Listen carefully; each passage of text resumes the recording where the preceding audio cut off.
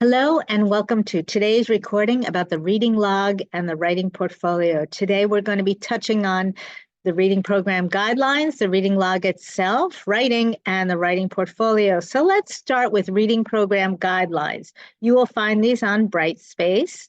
And basically, the whole idea of having these guidelines is to get students reading as much as possible outside of class. You need to be a cheerleader and you need to remind them why reading is important as a fundamental component in their language acquisition.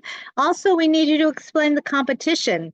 The class with the most reading minutes outside of class wins. And if you were here last semester, you saw that. And students need to record the amount of time that they spend reading outside of class. Where do they get these logs? You will get them from your coordinator, or you can find them on Brightspace. And every week, what you're going to do is ask students how many minutes they've spent reading, and you're going to tally that, a little bit of math, tally that and put that into their, actually it's not really math, but anyway, kind of math. Put that onto their record, the record that you will have, and there is a link on your attendance form. Again, that can be found on Brightspace. Speaking of Brightspaces, let's talk about writing. Writing is also a fundamental element in language acquisition, from the very beginning to brainstorming to comparing ideas. The writing portfolio is the place where students should keep their writing.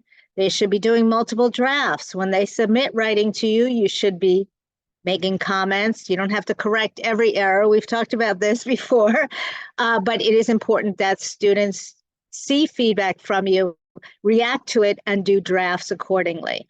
The writing portfolio, which could be a folder or a 3-ring binder, is where they should keep their original draft and any multiple drafts.